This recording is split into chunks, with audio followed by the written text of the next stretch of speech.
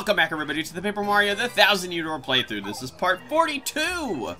And we're continuing on through Chapter 7 towards the far outpost, as I mentioned at the end of the last video. Isn't that weird that I said the same thing? Very weird. Behind this tree there is a giant sprite. You know, again, collecting these mysterious powerful objects will be powerful and useful. Oh, also... Oh, that reminded me, yeah, when I was doing all those upgrades, I actually upgraded, I upgraded Miss Mouse, and I only really wanted to upgrade her once, because her upgraded skills are not very good. Also, wow, again, I did really weird super speed. I super sped right through getting a star piece, but it was a really obvious star piece. Like, you can actually see it. So, alrighty then. So, we gotta level up. No more super speed for that. Getting some more BP, baby! Alright, get me some more badges. Let's go. Put them on right now.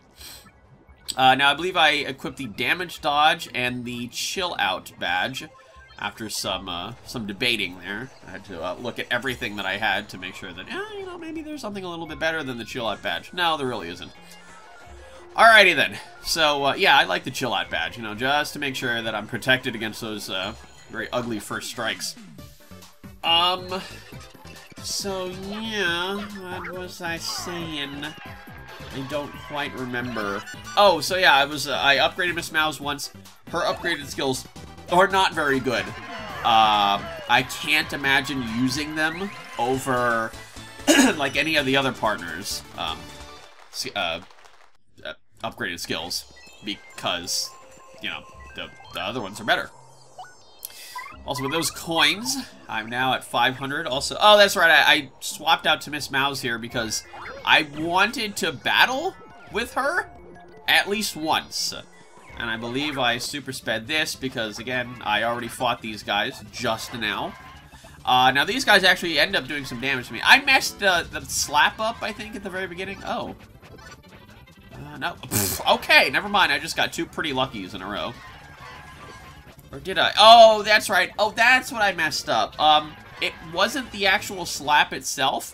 It was the fact that her slaps don't do a lot of damage until the final one. And, like, yeah, literally it was doing 0 damage until the final one, which did 4. So, oops. Also, oh, did I actually do... Oh, yeah, I used this attack here. This is, it makes them, like, confused, or... Oh, it makes them vulnerable to, like, missing or something. Oh my goodness, I'm getting absolutely destroyed here. Yeah, this is the point where I switched out. I was just like, yeah, this isn't really working out. Me and you, Mouse, you know, this relationship is just not going anywhere. So, speaking of relationships, here's Merly giving me some free money, because she's very nice and very generous. Alright, so double my money. Unfortunately, I couldn't get the money from the previous battle, because apparently the Merly cutscene also counts towards, like, the ticking down of the amount of time that you have to pick up stuff. Behind this destroyed wall, there is another star piece. And I like those. I like those a lot. And by that, I mean, again, they're not particularly, like, super useful. They're just for Dazzle. So, you know, until, like, or after you get, like, the really good badges that Dazzle has, then it's pretty much just like, yeah, I don't really need these star pieces anymore. Alright, so this is the far outpost. We gotta chat up some of the locals and see what's up. So, because of the fact that I'm using a walkthrough, that, you know, is sometimes helpful, I don't really need to talk to anybody else besides a specific Bob-omb here. Also, these, if you notice, these Bob-ombs are all wearing Ushankas. Or Ushankas? I don't really know how it's pronounced. Yeah. With that implication, they are, in fact, supposed to be Russian. They're Russian Bob-ombs. I believe at a certain point, I go into the shop, and the options, like, they kind of talk, like, you know, they have sort of broken English that, like, a native Russian-speaking person would. And also the options to say yes or no are da, I mean yes, and yet, and nyet, I mean no. It's very, very silly. Alrighty, so I don't know why they did that. It's like, let's really, really play up the fact that these are, in fact, Russian Bob-ombs. Also, look, he's pink. It's a pink Bob-omb. I haven't seen one of those in a while. Cough, Bombat. Alrighty, then. I think, what did I do? I think I stored something, and then it was just so that I could have one extra spot, or slot, so that I can grab that in coupon for a free rest. Alrighty then. So now that free rest is out of the way, we gotta say da to some buying. I did buy a Shooting Star because Shooting Star, if I recall correctly, that is the best multi-attack item in the game. Well, at least it wasn't Paper Mario, so I assume it's the same here. Alrighty, so another star piece that just happened to be there. Oh, also, yeah, here's some walkthrough nonsense. Also, the walkthrough nonsense that I mentioned was going to happen in the previous video actually happens in this video. There was, I believe it said something about, like, oh yeah, you can find a star piece behind the boxes on the right. Okay, while we're still talking about outside, you know, it says go get the Shine Sprite. Then it says you can find a star piece behind the boxes on the right. There's no boxes on the right. You have to go inside the building for the boxes on the right. Doesn't tell me to go inside the building. Great. Alrighty then. So, this mayor, this green mayor Babam, is telling us that he does not have a cannon. It's very strange because I see a cannon statue in the back there. Now, it turns out that you actually need Admiral Bobbery to chat this guy up here, because he's a fellow Babam, and, you know, he's surly, and he's been around. Apparently he's been here before, and he says that there is in fact a cannon here. There's no mention of cannons to non-Babams. We must not allow to be used for evil. But hey, man, we need that to stop evil. So, you know, again, the world could end. The world could end. Well, we cannot have that now. I like that. So yeah, there are some certain circumstances now. There's going to be a couple of Babams that we have to talk to. The first of which is Gold Bob. Now, if you recall, Gold Bob is actually the rich, golden-looking Babam that traveled around in Chapter 3, we first saw him, with his wife Sylvia, the Silver Babam, and their son, Bub, who we talked to in Chapter 6, in the train car. He was the one that wanted the train engineer's autograph. So yeah, little Bub, Sylvia, and Gold Bob. So Gold Bob we have to talk to. And then we also have to talk to General White, who's actually the operator of said cannon. So, Gold Bob is the one that we need to talk to actually get access to it. General White is the one that actually can operate it. So, right, we have to go find those two Babams, and big fat time skip there, because, you know, nobody wants to watch me walk all the way back. So we're going to be using one of our new pipes, our new warp pipes here. Take the left one to Poshley Heights. Not a time skip there, I promise. That penguin just developed teleportation powers. I don't really know what to tell you. Also, yeah, there was another little weird non-time skip here, because I was looking at what the walkthrough was telling me was about to happen, and I got very, very nervous. And you'll see why. Let's just say that I like money, and but so does Gold Bob. And if anybody remembers, at the end of Chapter 6, they were here, and they're still here. So we have to talk to them here, and we need him to give us the operating... I think it was like the operating manual for the cannon or something. So apparently, yeah, apparently he had like a business or something with this cannon. He stopped because the wife didn't like the noise. Takes a hefty bit of coin to get that cannon working. So now, here we go through this, like, really weird... Again, the beginning of this chapter is all about, like, delaying, and just, like, making things just last longer than they really, really have to. And this is kind of the first instance of that. I guess the first one, technically, would be the thing with, Frankly. We had to wait 10 minutes. This, literally, you have to keep saying yes to him. Because he'll just keep talking about, like, oh, man, you know, do you want to give me all your coins? And are you sure you won't regret it? Really, I can take them all? Then he says, you won't say just kidding. And so I said, no. Like, yeah, no, I won't say just kidding. Apparently, I had to say yes to that. And then there goes all my money. That's why I was nervous. So, luckily, after he gives us the guide to the far outpost cannon, then he says, oh, and I wasn't serious, by the way. How could I take your money? Also, he's very greedy because he says it's a shame, but I'll return your money. How nice. Alrighty then. So now we're... Oh, No, we're not reading that. Again, as I mentioned, I believe in the last chapter when Boyson was still here, I'm done reading those emails. You know, again, I think I've delayed this playthrough, like, way more than it really should have. So, you know, there were points where, you know, I was sitting there and, like, reading the emails, you know, and not cutting it out, and I'm just like, yeah, I think those days are over now. I don't think that there's anybody really watching this playthrough that really cares about what the emails have to say. So, you know, as opposed to the actual progress of the game itself and the story. Alright, so now we have to, well, we have to take the correct pipe here. Unfortunately, I did not do that the first time. So if anybody recalls, there was a white bomb in Petalburg, and that is actually General White. And so now we have to take the pipe to Petalburg, the correct one.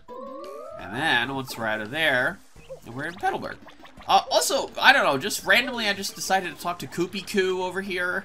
I don't know, I felt like maybe there was something, like, kind of, you know, funny or, like, neat that she might say, and she ends up saying, Koops, are you more toned than before? You'll grow out of that shell soon if you're not careful. And then Koops just says nothing. So, that was not as amazing as I thought it was going to be. Alright.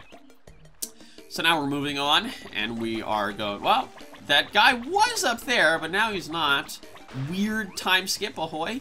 We gotta talk to this guy. Now this is another part of the weird, like, delaying and just, like, making you go through a bunch of hoops before the actual action gets started. Now we have to play Find General White. And in order to do that, we literally have to go through every single area of every single chapter that we've gone through thus far in this game. I'm not happy about that. Or, and by every single area, I mean every single, like, main area for, you know, when the chapters were going. So I believe, what does he say? Oh, that's right, yeah, he said he went to an island on the south. All right, and then he says, I think he went there, he's either going there or he's not going there. So we have to go to Keel Hall Key again. And, oh, I thought, okay, first of all, I didn't know that this guy wasn't going to be here, spoiler. And second of all, I thought I needed Bobbery to actually talk to him. Turns out that, no, you don't. And again, he's not here. So you have to talk to Pop Hatch. And then he says he was going to an arena or something. Well, I think I know what that means. So back to Glitzville. In Chapter 3. So we went to Chapters 1, then 5, now 3. And I gotta go into the juice bar and talk to this guy. White Bomb. Yes, he used to come here all the time. He went off to some huge tree. Or not. Great. So now we go from Chapter 3 to Chapter 2 to the Great Boggly Tree. Thank you, Magic Video Editing. You are very, very helpful. And if you think that this is awful watching this, think about how awful it was for me to actually walk to all of these places. This took me a long time. Said he may be going somewhere dark. Off we go to Chapter 4. Gotta talk to this guy. This was some walkthrough nonsensory as well. What am I, a secretary? You look tired. Alright, so this is the dead end here of the chasing General White. So, in video form, this didn't take so long, but I think in actually doing it took me like 20 minutes. So, the walkthrough nonsensory for this particular portion was it told me to talk to the mayor of Twilight Town. I did, and he didn't tell me anything about General White. I had to talk to the guy that's standing in between the mayor's house and the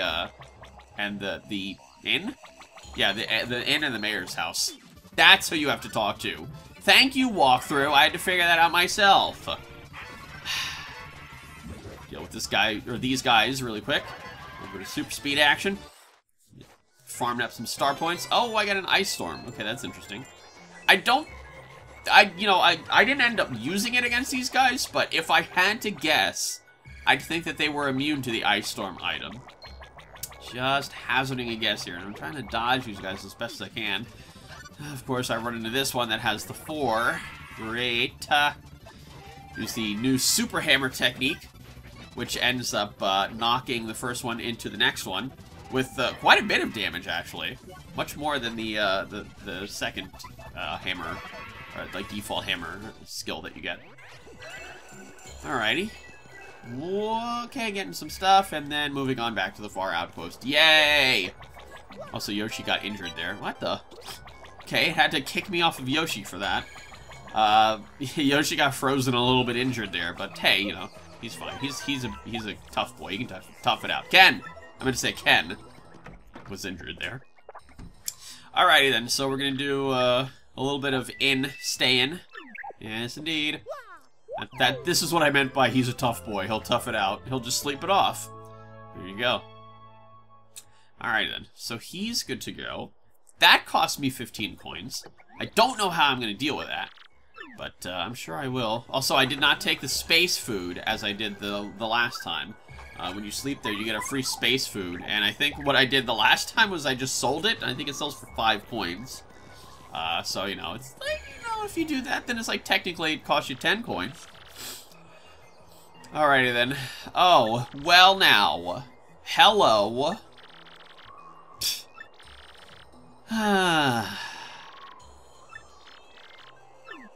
Again, really, really nonsensical how, like, what you have to do to actually get to the actual meat and potatoes of this chapter.